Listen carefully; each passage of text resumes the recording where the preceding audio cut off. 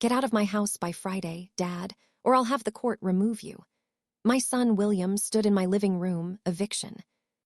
Papers in one hand, his phone recording in the other. This orthopedic surgeon, who'd been too busy to hold his dying.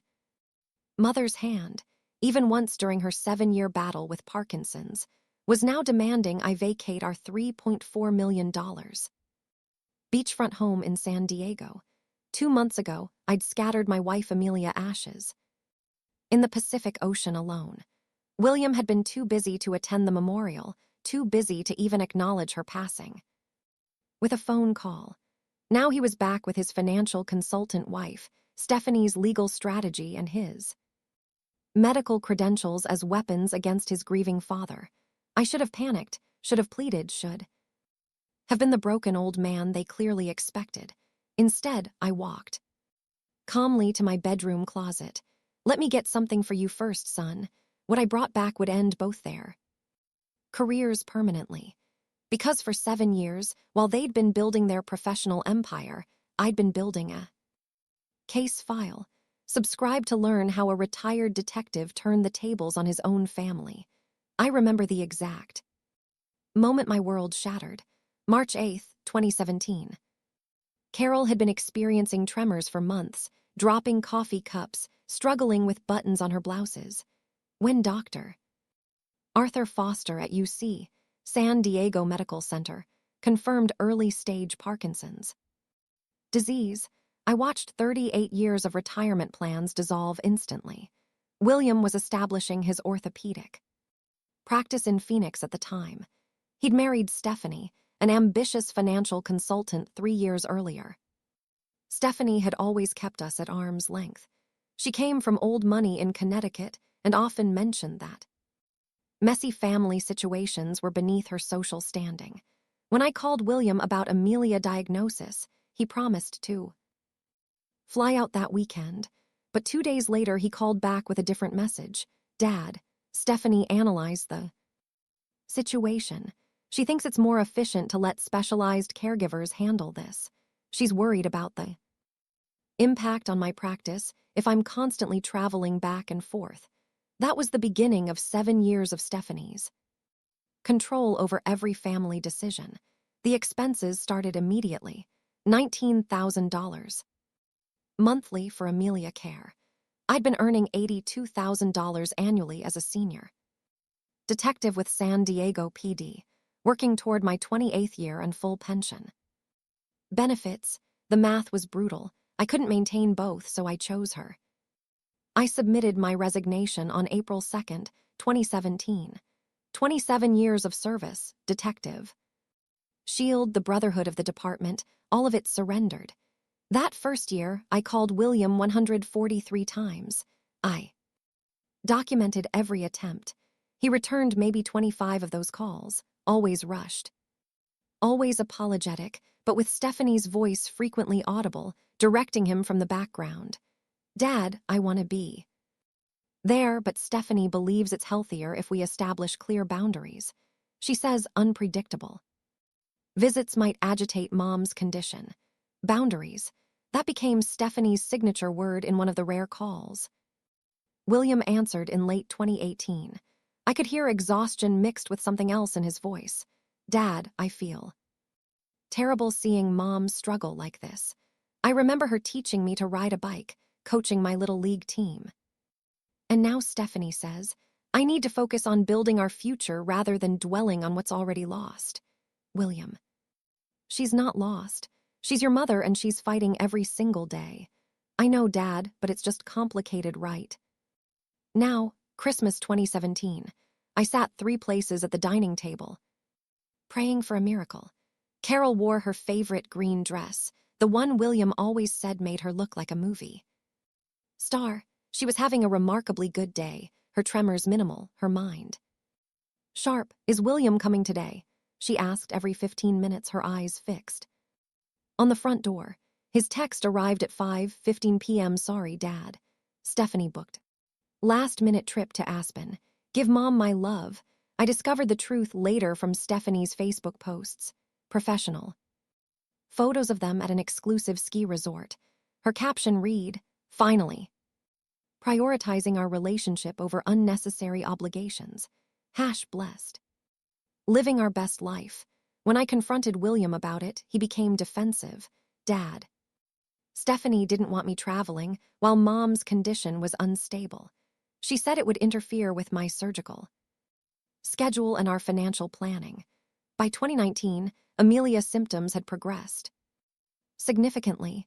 The tremors were constant now, and she'd begun experiencing cognitive fluctuations. In one of the few video calls Derrick attempted that year, Carol asked about grandchildren. Children that never existed because Stephanie wasn't ready for kids with all this family chaos. William ended the call abruptly when Carol repeated the same question 3 times. Mom, I can't do this. Stephanie thinks it's better to minimize contact to protect my emotional well-being. The medical bills kept escalating. Physical therapy, occupational therapy, speech therapy. Medications with names I couldn't pronounce. I refinanced our beach house twice, depleting retirement accounts I'd built over 3 decades. When I sent William itemized statements of major expenses, hoping he'd offer assistance, his responses were clinical. Dad, have you explored Medicare supplemental options? Stephanie researched some programs that might help government assistance for his mother, the woman who'd worked double shifts as a nursing supervisor to help pay for his medical school. Thanksgiving 2020 was devastating. Carol had been asking for William constantly, some days forgetting he'd grown up and moved away, believing he was still a teenager who should be home for dinner. I decorated the house exactly as she used to, hopping beyond reason for a visit. I called William on Thanksgiving morning. Son, your mother's having a really difficult time. She keeps asking where you are. Could you fly out for just the long weekend? Dad. Stephanie planned a cruise to the Caribbean. She says, I need to stop enabling your codependency and prioritize our marriage. Stephanie's Facebook that evening showed them toasting champagne on a yacht deck. Her caption, learning to put ourselves first without guilt. Self-care revolution # boundaries era freedom. The evidence collection started in 2021. Old detective habits die hard. I documented everything meticulously. The missed calls, the rehearsed excuses. Amelia tears when William didn't come. In one particularly painful call from early 2022, Derrick's guilt finally surfaced through the practice deflection.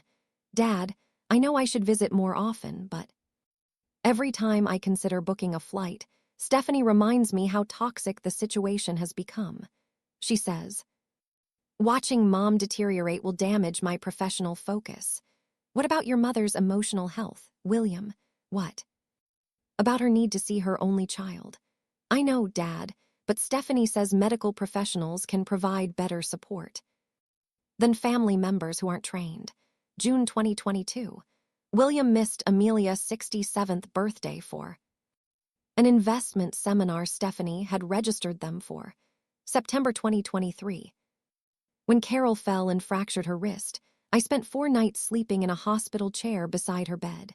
William sent an arrangement of flowers with a card signed by both of them.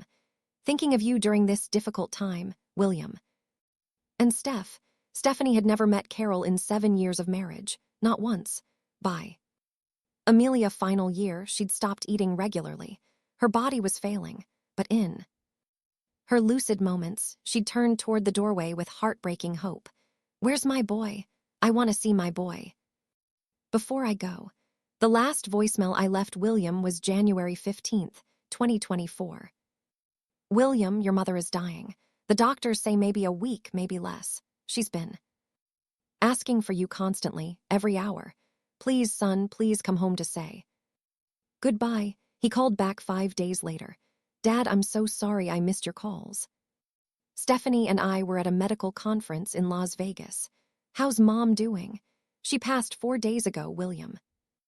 Your mother died 4 days ago. The silence seemed to last forever. Oh God, Dad, Stephanie said the prognosis wasn't that urgent yet. Why didn't you make it clearer how serious it was? 187 missed Calls said everything. He couldn't make the memorial service either. Stephanie thinks it would be too emotionally destabilizing for me given my regret about not visiting more.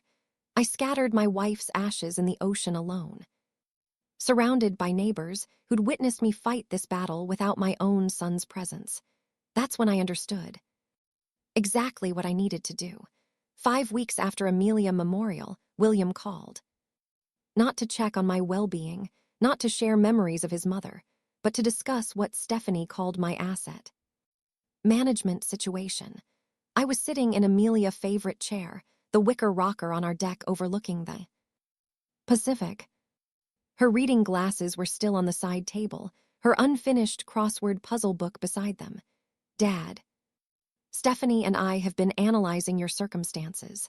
Those were his opening words, not how are you holding up, but a clinical assessment delivered with his wife's authority supporting it. I'm mourning, William.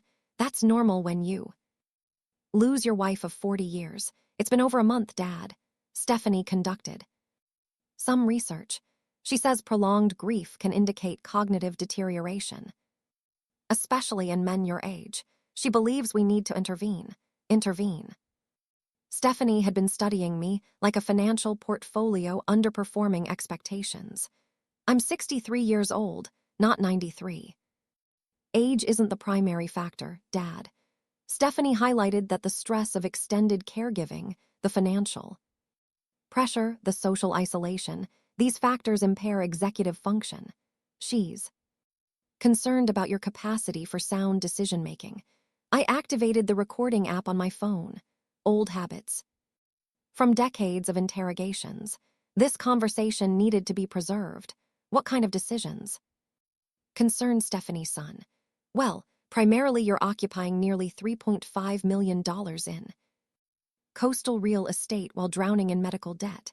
Stephanie analyzed the numbers. That property is worth $3.4 million minimum.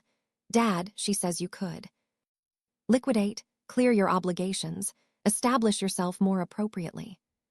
Stephanie had completed her due diligence, property valuations, my financial exposure, the most efficient extraction methodology.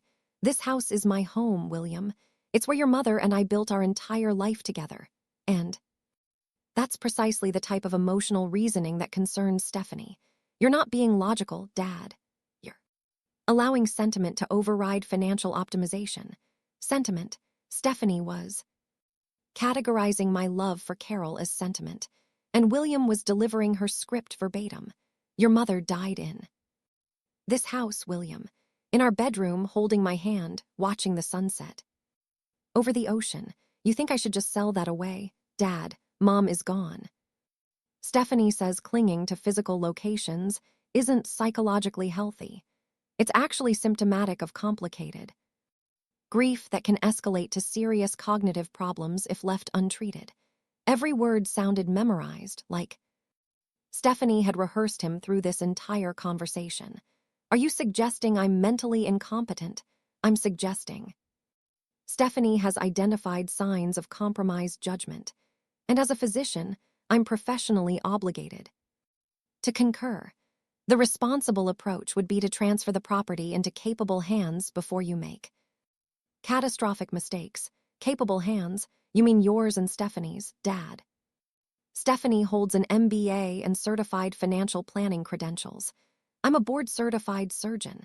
We understand asset management far better than someone in your emotional condition. The recording captured everything.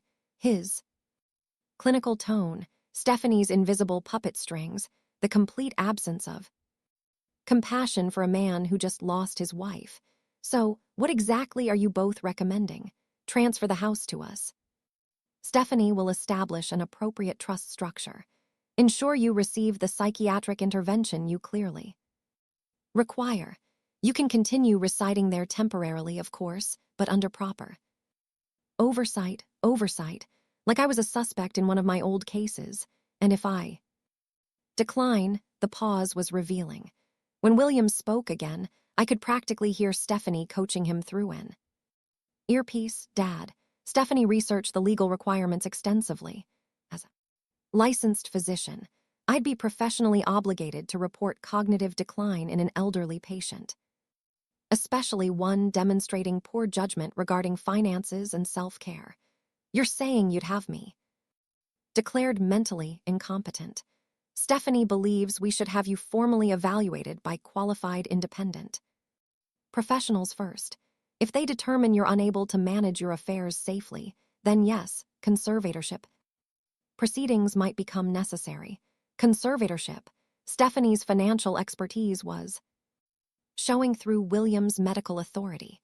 William, I cared for your mother for 7 years while you were building your career with Stephanie. I managed everything.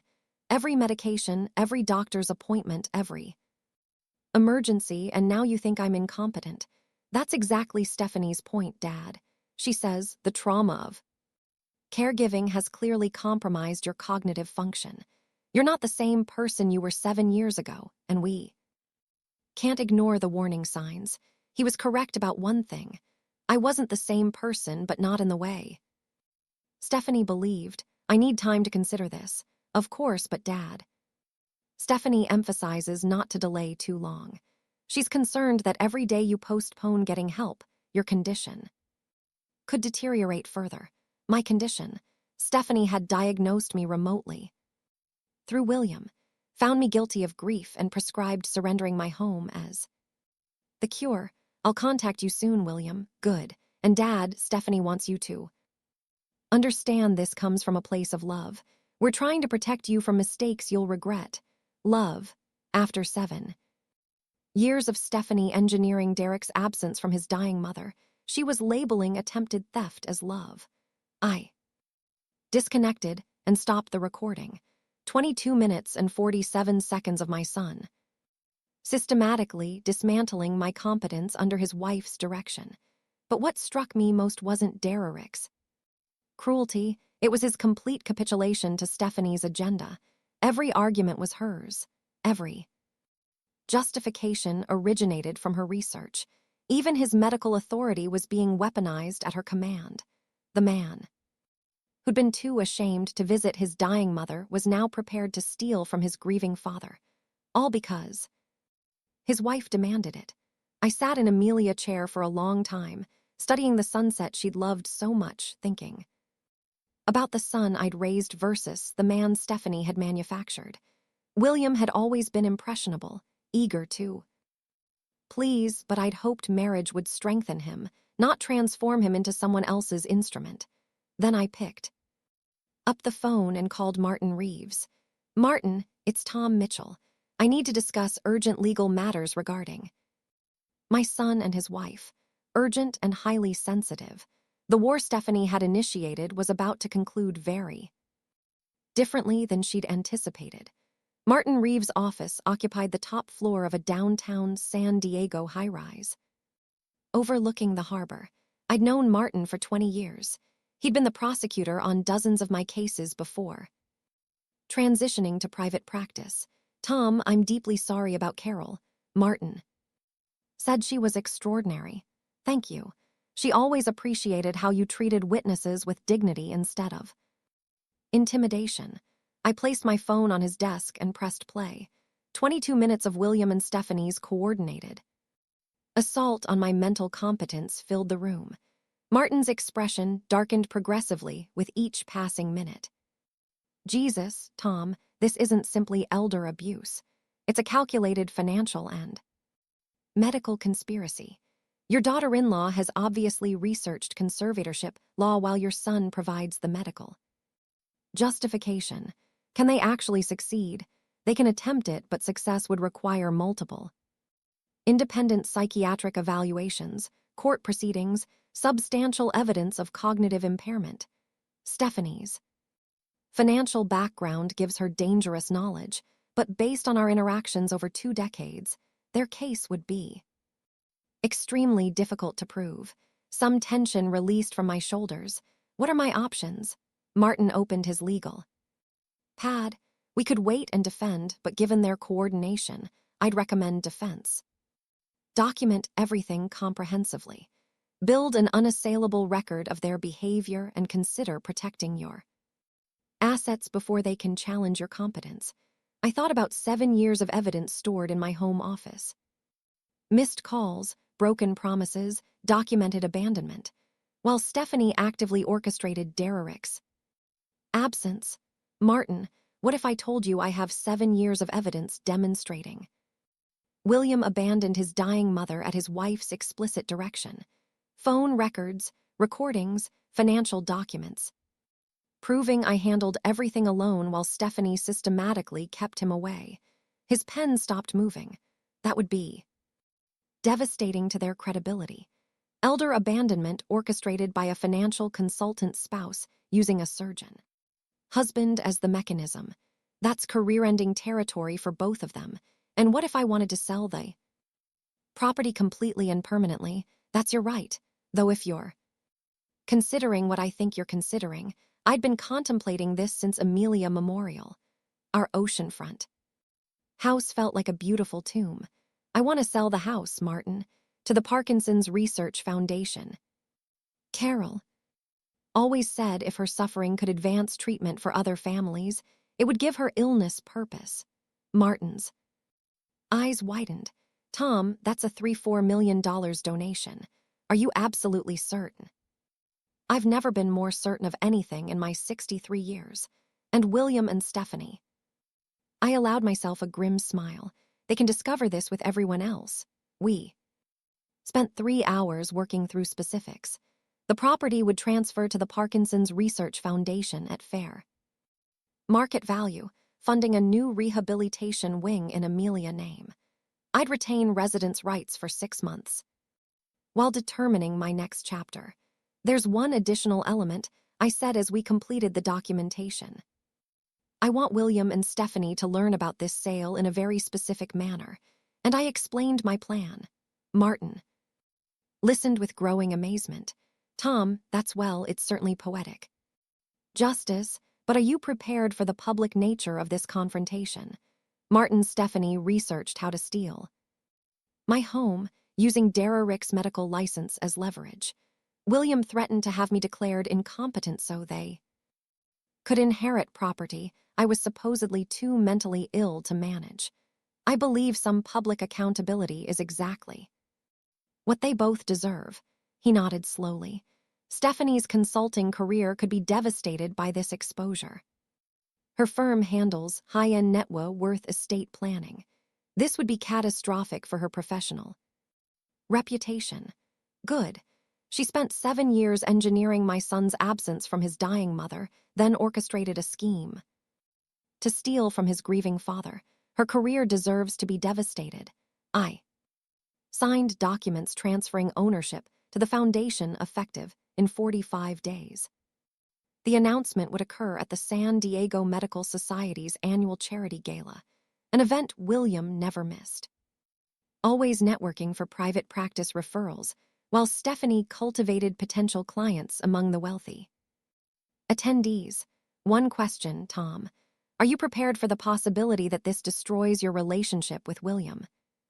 Permanently? I considered that carefully. Martin, my relationship with William was destroyed 7 years ago when he chose Stephanie's comfort over his mother's love. I'm simply making that destruction official.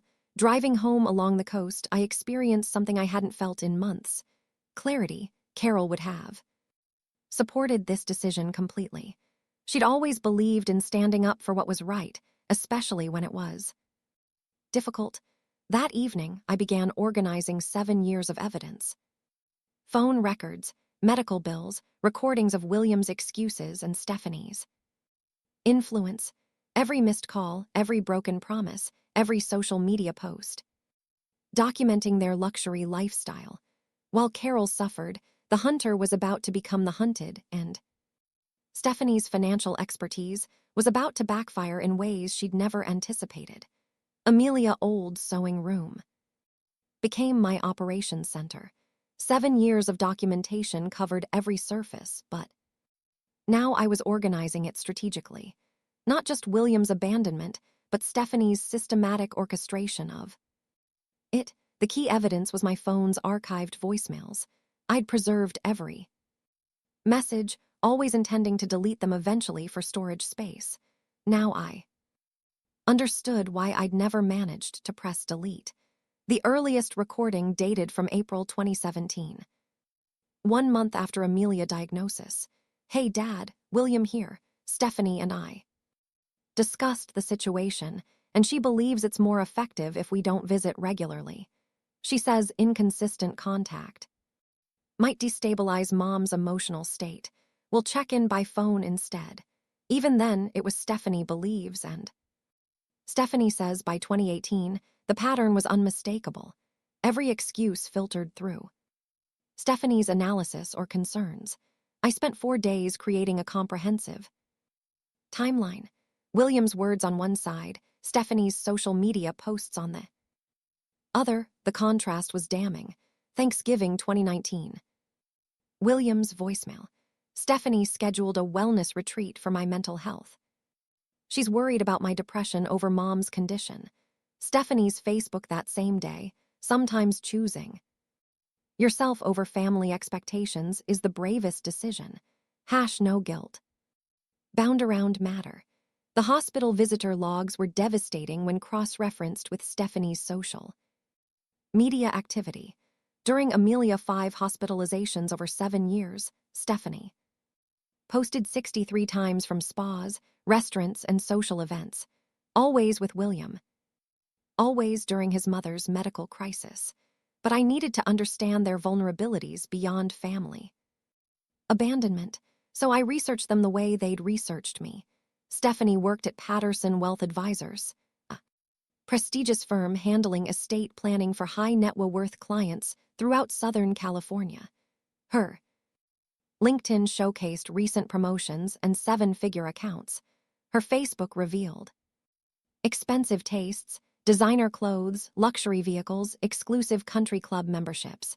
More importantly, her firm's website emphasized integrity, family values, and fiduciary responsibility. Several recent articles highlighted their charitable work with elder care organizations. William's hospital profiles emphasized his compassionate patient care and family-centered approach to medicine. His department had recently launched a caregiver support program for families dealing with chronic illness. The irony was suffocating. I started making strategic calls first to Dr. Arthur Foster, Amelia neurologist. Mr. Mitchell, I've been thinking about you since Amelia passing. How are you managing? Dr. Foster, I need to ask you about something sensitive. It involves William and his wife Stephanie. I explained their coordinated threats, their scheme to have me declared incompetent. Dr. Foster listened without interruption. Mr. Mitchell, in 7 years of treating your wife, I encountered William exactly once at the initial consultation.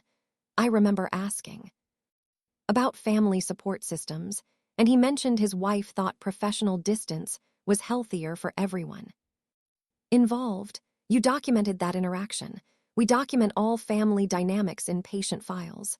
Your wife's records show you attended every single appointment, every emergency, every consultation. The absence of her son was notable, especially given his medical background. Would you provide a formal statement about that, if it helps protect you from what sounds like coordinated medical and financial coercion? Absolutely. Next, I called Captain James Murphy at San Diego PD. Tom Mitchell, how have you been since Amelia passing? I explained William and Stephanie's scheme in detail. Murphy's reaction was immediate and profane. That manipulative. Sorry, Tom, but I remember when you resigned to care for Carol. Stephanie attended your retirement ceremony briefly, spent the entire time on her phone complaining about the blue-collar atmosphere. William barely stayed 20 minutes. Would you document that observation? Damn right. And Tom. Half the department remembers how proud you were of Derek's career. How many times you made excuses for why he couldn't visit Carol. We all suspected something was wrong with that situation. Character witnesses accumulated rapidly. Our family physician, our financial advisor, neighbors who'd watched me care for Carol single-handedly for 7 years. all shocked by the coordinated nature of William and Stephanie's scheme. But my breakthrough came from an unexpected source. Mrs. Nakamura from next door knocked on my door Thursday evening. "Tom, I hope you don't mind, but I've been concerned since that incident with the appraiser. I did some research on your daughter-in-law." "What kind of research?" "Well, my daughter works at Patterson Wealth Advisors," she says. "Stephanie's been boasting about coming into a significant family inheritance soon. She's already been shopping for properties in Scottsdale, telling colleagues her husband's father is finally being realistic about his limitations. The puzzle pieces aligned. This wasn't just about the house. Stephanie had been planning and boasting about stealing from me while I was still scattering my wife's ashes. "Mrs. Nakamura, would your daughter be willing to document what Stephanie said at work?" "Oh, Tom, it's worse than that. She apparently sent emails about it. My daughter works in compliance. She's seen internal communications flagging potential conflicts of interest when financial advisors inherit property through family legal maneuvers." Friday evening, I called William. Time to let him believe he was winning while I assembled the final evidence. "Son, I've been thinking about what you and Stephanie discussed. About the house, about my mental state. I'm glad you're being rational about this, Dad. I'm frightened, William. Maybe Stephanie's right. Maybe I'm not thinking clearly anymore." I could hear his relief through the phone. "It's okay, Dad. Stephanie's already contacted some estate planning attorneys. We're going to handle everything." Of course she had. Stephanie identified a really excellent elder law specialist who focuses on these transitions. William continued. "She's confident we can have everything transferred smoothly within 60 days. When would you want to proceed?" "Soon." "Dad, Stephanie says the longer we delay, the more opportunity there is for you to make mistakes that could complicate the legal process." "Okay, son, whatever you and Stephanie think is best." After disconnecting, I sat in Amelia chair watching the sunset and smiled. They thought they'd won. William was probably already informing Stephanie of my surrender, and she was probably already calculating how to spend my money. They had no idea that every conversation was being recorded, every threat documented, and every piece of evidence organized for maximum public impact. The trap was set. Now I just had to wait for them to walk into it at the Medical Society Gala, where Stephanie's professional colleagues and Derrick's medical peers would witness their complete destruction. 3 weeks later, William made his move. I was walking on the beach behind my property when I noticed his black Mercedes SUV pull into my driveway. 2 people emerged. Stephanie stepped from the passenger seat first. Tall, blonde, impeccably dressed in what I estimated was a $4,000 designer outfit. She moved with the predatory confidence of someone about to close a lucrative deal. A woman I didn't recognize followed, carrying a leather portfolio and tablet. Even from 200 wide away, I could see Stephanie directing the operation like a general commanding an invasion. I stayed on the beach, observing through my distance as they circled my property. Stephanie pointed out features with proprietary confidence, taking photographs with her phone. The other woman measured the yard and deck, while Stephanie peered through windows like she was already planning renovations. Mrs. Nakamura was on her patio, close enough to overhear their conversation. I walked home slowly, timing my arrival for maximum impact. "Dad, there you are." William greeted me with forced warmth.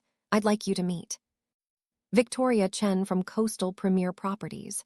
Stephanie found her. She specializes in these kinds of family transitions. Victoria extended a professionally manicured hand. "Mr. Mitchell, your son and daughter-in-law have explained your situation. I'm very sorry for your loss." My situation.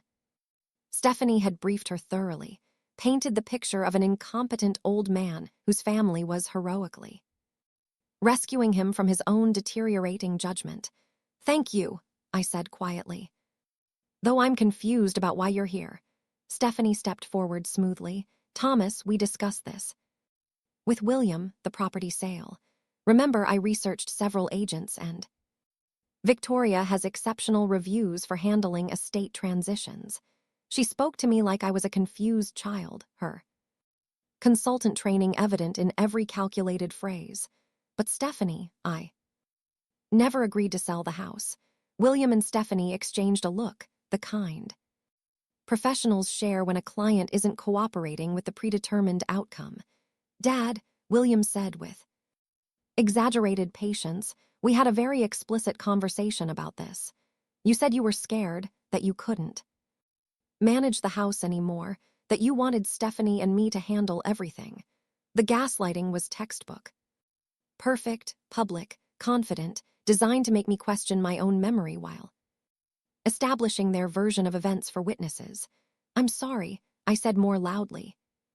Now, but I believe there's been a misunderstanding. This is my home. My wife just passed away here 2 months ago. I'm not selling anything. Victoria looked distinctly uncomfortable, but Stephanie intervened smoothly. Thomas, this is precisely what we've been concerned about, the confusion, the memory lapses. Dr. Wilson explained that grief can sometimes impact cognitive function in older adults. Stephanie's professional training was fully engaged. She was constructing a public record of my alleged incompetence while positioning herself as the concerned family member. Mrs. Nakamura had stopped pretending to water her garden. She was listening carefully, her expression growing more concerned by the minute. I'm not confused, I stated clearly. I never agreed to any sale. Dad, please, William interrupted, embarrassment creeping into his voice. You're making this more difficult than necessary. Making what more difficult? Miss Nakamura called out, stepping closer to the property line. Stephanie activated her professional charm. Just some family financial planning, Mrs. Nakamura. Nothing to concern yourself with. I've lived next to Tom and Carol for 18 years. Tom's one of the sharpest people I've ever known. Stephanie's smile tightened. I'm sure he was, Mrs. Nakamura, but grief can change people significantly. Tom, Mrs. Nakamura said firmly, do you want to sell your house? No, I declared clearly, loudly enough for everyone present to hear. I absolutely do not. Derrick's face flushed crimson. Dad, you're not thinking rationally. I think we should reschedule. Victoria interrupted, already retreating toward her vehicle. As Victoria drove away, Stephanie's composure finally fractured slightly. This isn't finished, Thomas. Derrick's medical assessment stands, and I've already researched the legal options available to us. Mrs. Nakamura was still observing, and I knew she'd remember every word of Stephanie's threat. We'll see about that, I said calmly. We'll see about that. Stephanie's public embarrassment in front of Mrs. Nakamura triggered a sophisticated damage control campaign. Within days, she was working every angle to protect both her consulting career and their planned inheritance seizure.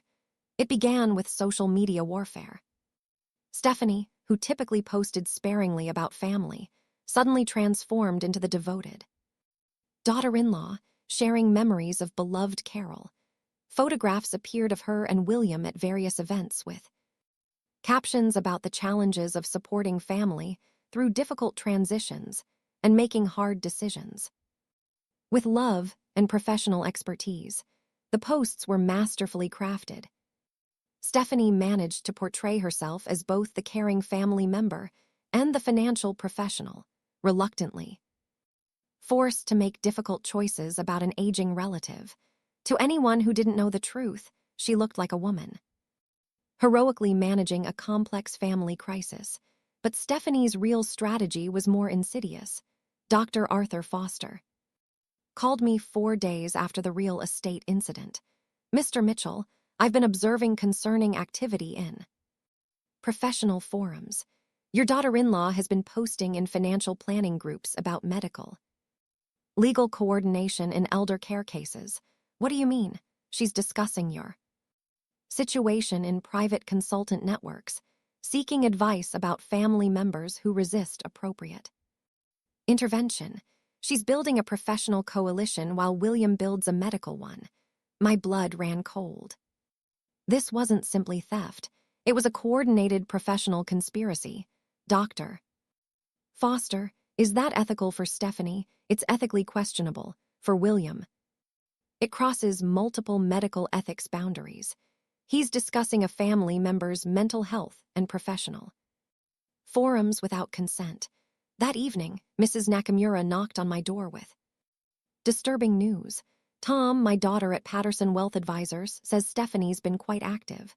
She's apparently consulted with 3 different elder law attorneys and has been telling colleagues that her father-in-law's competency case will be an interesting learning experience for the firm. Learning experience. She's treating your situation like a case study. Tom, my daughter, says she's been researching conservatorship law extensively and has already identified 2 psychiatrists willing to evaluate you for cognitive decline. The trap was closing faster than I'd anticipated. Stephanie wasn't just planning to steal my house. She was converting it into a career advancement opportunity. Martin Reeves called that same evening. Tom, the legal community is small. Word is spreading that Stephanie Mitchell is shopping around for attorneys willing to pursue an aggressive conservatorship case. She's apparently promised it will be straightforward because she has medical backing from her husband. How much time do I have? If Stephanie files a petition, the preliminary evaluation process could begin immediately. And she's intelligent. She's building a paper trail of your alleged incompetence while positioning herself as the reluctant but responsible family member. I spent the following morning making strategic calls. First to Helen Martinez, our longtime financial advisor. Helen, I need your assistance. Can you arrange a press conference for a major charitable donation? Tom, what are you planning? A $3.4 million donation to Parkinson's research. In Amelia name, I want maximum publicity, media coverage. Medical Society leadership present. That's incredible, Tom. When? Next. Saturday, the Medical Society's annual charity gala. I want it announced in front of the entire medical community and any financial professionals who might be attending. My second call was to Captain Murphy. James, I need you to spread word through the law enforcement community. Tom Mitchell is making a major announcement next Saturday at the Medical Society Gala. Anyone who knew Carol should consider attending. Word spread through the medical community like wildfire. A $3.4 million donation was major news, especially from a retired police detective. The foundation's development office arranged media coverage and VIP attendance. Stephanie discovered the announcement Tuesday morning when a colleague at Patterson Wealth Advisors mentioned seeing the Medical Society's press release about a major donor announcement. William called me that afternoon, panic barely concealed in his voice. Dad, Stephanie saw something about an announcement at the gala, something involving Mom's name. That's correct, son. I thought it was time to honor your mother properly. What kind of announcement? You'll find out Saturday. I hope you and Stephanie can both attend. The entire orthopedic department has been invited along with several financial professionals from the community. The silence stretched for 30 seconds. Dad, please tell me, you're not making major financial decisions without consulting Stephanie and me first. Why would I need to consult you, William? Stephanie said I was mentally incompetent. Remember, another long pause. Dad, we need to talk before Saturday. Stephanie thinks I'm afraid. I'm too occupied this week preparing my presentation. See you Saturday, son. I disconnected and smiled. Stephanie's financial expertise was about to work against her in ways she'd never anticipated. Her professional network would witness her complete destruction alongside Derek's medical colleagues. The hunter had become the hunted, and Stephanie was finally beginning to understand that she wasn't dealing with a confused old man anymore. She was dealing with a retired detective who'd been building a case against her for 7 years. Thursday night, the evening before my announcement, I sat on the deck one final time, surrounded by 7 years of evidence. Tomorrow would destroy both Derrick's medical career and Stephanie's consulting reputation, but tonight belonged to the careful accounting of their coordinated betrayal. The manila folders were organized by year, each documenting another layer of Stephanie's orchestrated abandonment campaign. I opened 2017 first, the year everything began. 143 missed calls from me to William. I'd counted them 3 times, then had Martin's paralegal verify from phone company records. His return call rate 17%, and only when Stephanie wasn't directing his responses. The voicemails told the real story. April 2017, Dad Stephanie researched Parkinson's care, and she believes family visits during early stages can actually increase patient anxiety. We should let the professionals handle it. May 2017, Dad Stephanie's concerned about my emotional health. She says, watching Mom decline isn't good for my surgical focus. Stephanie's influence was documented from day one. Medical bills from 2017 totaled $142,000. William and Stephanie's financial contribution, $0. I moved to 2018. Cross-referencing William's excuses with Stephanie's social media activity. Christmas week, William's voicemail claimed, Stephanie planned a wellness retreat for my mental health. Stephanie's Facebook from that same trip, sometimes you have to choose happiness over family drama. Boundaries work. Self-care. 47 photos from their wellness retreat, while Carol spent Christmas asking why her son wouldn't come home. 2019 brought Amelia first major hospitalization for aspiration pneumonia. 8 days in ICU. While she fought to breathe, the visitor logs showed my name 51 times. Our home health aide visited 9 times. Mrs. Nakamura brought meals twice. Williams name 0 entries, but Stephanie's Facebook showed their location throughout Amelia crisis. Wine tastings in Napa Valley while his mother was on a ventilator. By 2020, Stephanie's strategy was fully developed. She'd convinced William that his mother's illness was toxic to their marriage and his career. The evidence was in their own messages. A saved text from Stephanie to William, screenshot from his phone, accidentally forwarded to me. Your dad is manipulating you with guilt. My research shows that prolonged exposure to degenerative disease patients can cause secondary trauma in family members. We need to maintain complete boundaries for our mental health. Derrick's response, you're right. I'll tell Dad we can't visit as often. Stephanie's reply, not can't visit as often. We need complete separation until she's stabilized. I've consulted with other consultant wives who have dealt with similar situations. She had researched abandonment strategies like a financial analysis. 2021 and 2022 showed the pattern. Perfected, every holiday excuse filtered through Stephanie's professional recommendations. Thanksgiving 2021. William claims Stephanie's therapist recommended avoiding family trauma during the holidays. Stephanie's Facebook that Thanksgiving. Learn to prioritize our relationship over family drama. Best decision ever. #goals. #boundaries save marriages. The financial devastation was staggering. $487,000 in total medical expenses over those years, all while Stephanie posted about designer purchases and luxury vacations funded by William's surgical income. But the cruelest evidence was Stephanie's manipulation of Derrick's guilt. In a recorded phone call from 2023, William finally admitted the truth. Dad, I want to visit Mom, but Stephanie says it's not healthy for me. She researched caregiver burnout and believes I'm showing symptoms just from the phone calls. She made me promise to prioritize our marriage. William, you haven't visited your mother in over 5 years. I know, Dad, but Stephanie says that proves I'm making the right choice for my mental health.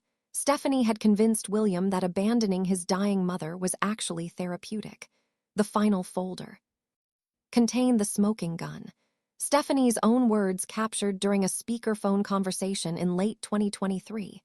Derrick had called about Amelia wrist fracture, and I'd heard Stephanie coaching him in the background. Tell him we can't afford to get emotionally invested. Remind him that as a doctor you need to maintain professional distance even with family. When William hesitated, Stephanie's voice came clearly through the phone. William, we've discussed this. Your mother's condition is terminal anyway.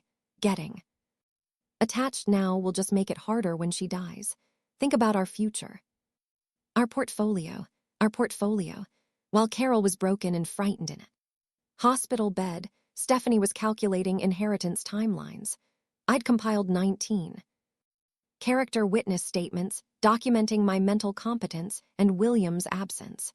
Dr. Foster's medical notes showed Carol asking for William during every appointment in her final year. Captain Murphy's statement detailed my 27 years of exemplary service and sound judgment. But the most damning evidence was the recorded threats. 22 minutes of William and Stephanie's coordinated plan to have me declared incompetent so they could steal my house. The moral accounting was complete. 7 years of Stephanie's orchestrated abandonment, documented with detective-grade precision. Tomorrow, her professional colleagues would hear exactly how she'd used her financial knowledge to manipulate her husband into abandoning his dying mother, then attempted to steal from his grieving father. Carol deserved justice. Tomorrow she would finally receive it. Saturday evening arrived crisp and perfect.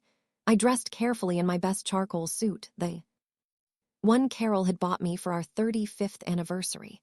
The irony wasn't lost on me that I was wearing it to defend her memory against our own son and his wife. The medical society ballroom was larger than expected. Helen Martinez had outdone herself. Local news cameras lined the back wall. The foundation's entire board sat in front rows alongside department heads and senior physicians. I spotted William and Stephanie immediately. They sat with the orthopedic surgery team. Stephanie's designer gown and confident posture suggested she expected a routine family donation ceremony. Derrick looked nervous, but Stephanie appeared completely composed, probably viewing this as another networking opportunity. Dr. Foster sat nearby with several neurologists. Dr. William Hayes, the chief of staff, was reviewing the program. Several consultants from Patterson Wealth Advisors had attended, likely Stephanie's colleagues, curious about the family inheritance case she'd been discussing. Helen introduced me warmly, emphasizing my law enforcement service. An extraordinary dedication as a caregiver during his wife's 7-year battle with Parkinson's disease. I stepped to the podium and looked out at nearly 60 people, mostly medical and financial professionals who understood both the cost of Parkinson's and the importance of family support. Thank you all for coming. My name is Thomas Mitchell. 2 months ago, I lost my wife, Carol, to Parkinson's disease after a 7-year battle. Tonight, I'm announcing a $3.4 million donation to establish the Carol Mitchell Rehabilitation Wing. Applause filled the ballroom. I saw Derrick's face register shock, then confusion. Stephanie's expression remained controlled, but her eyes had sharpened with calculation. She was probably wondering how this affected their inheritance plans. This donation represents the sale of our family home. The house where Carol and I built our life together, where we raised our son William, and where she passed away. Peacefully in my arms watching the sunset, I gestured toward William. Several colleagues smiled warmly at him, assuming this was a proud family moment. But this donation is about more than research funding. It's about honoring true caregivers, the family members who sacrifice everything for their loved ones, often without recognition or support. Dr. Hayes nodded approvingly. This was exactly the message the medical community embraced. Over 7 years, I Learned that caregiving isn't about professional credentials or medical knowledge. It's about showing up day after day, year after year, even when it's difficult, even when it costs. Everything. The room grew quiet, sensing a shift in tone. Unfortunately not. Everyone understands this responsibility. Some people believe professional credentials can substitute for personal commitment. Others use their financial expertise to justify abandonment. Stephanie's composure cracked slightly. She was beginning to understand this wasn't the ceremony she'd expected. 5 weeks ago, my son William and his wife Stephanie called to discuss my mental competence. They suggested my grief indicated cognitive impairment. They recommended I sign over my house to them for my own protection. Murmurs rippled through the audience. Dr. Foster's expression shifted from warm approval to serious concern. Stephanie's colleagues from Patterson Wealth Advisors were paying closer attention. Derrick felt that as a medical professional, he was qualified to diagnose my mental state over a phone call. Stephanie, as a certified financial consultant, researched the legal requirements for having me declared mentally incompetent. I reached into my jacket and retrieved my phone. I'd like to share part of their coordinated plan with you. William started to rise. Dad, this isn't appropriate. Please, Dr. Mitchell. Dr. Hayes interrupted firmly. Let your father finish. I pressed play. Derrick's voice filled the ballroom, clinical and cold, with Stephanie's influence evident in every calculated phrase. Dad, Stephanie has identified signs of compromised judgment. Responsible approach would be to transfer the property into capable hands before you make catastrophic mistakes. Capable hands? You mean yours and Stephanie's? Dad, Stephanie holds an MBA and certified financial planning credentials. I'm a board-certified surgeon. We understand asset management far better than someone in your emotional condition. Stephanie's voice could be heard coaching in the background. Tell him about the legal options, William. Remind him about conservatorship proceedings. The recording continued for 4 excruciating minutes. William's medical threats, Stephanie's financial strategy, their coordinated plan to steal my house while I grieved my wife. When it ended, the silence was deafening. Stephanie's colleagues were staring at her with undisguised shock. Now, I continued, I'd like to provide context for their professional assessment of my competence. I opened my presentation folder. During Amelia's 7-year illness, I called William 487 times. He returned 83. Of those calls, a response rate of 17%. However, the real story is in the voicemails he left. I pressed play again. William's voice from 2018. Dad, Stephanie researched Parkinson's care. She believes family visits during early stages actually increase patient anxiety. Then Stephanie's Facebook post from that same week displayed on the ballroom screen. Sometimes you have to choose happiness over family drama. Boundaries work. Gasps echoed through the room. Dr. Hayes was writing furiously. Over 7 years, Carol was hospitalized 5 times. These hospital visitor logs show I was present for every admission, every procedure, every consultation. They also show that Dr. Mitchell visited his dying mother exactly 0 times. Several people turned to stare at William. His face was flushed crimson, but Stephanie remained defiant, her consultant training keeping her composed under fire. The financial cost of Amelia Care totaled $487,000. I paid every penny, while Dr. Mitchell and his wife posted about luxury vacations and designer purchases funded by his surgical income.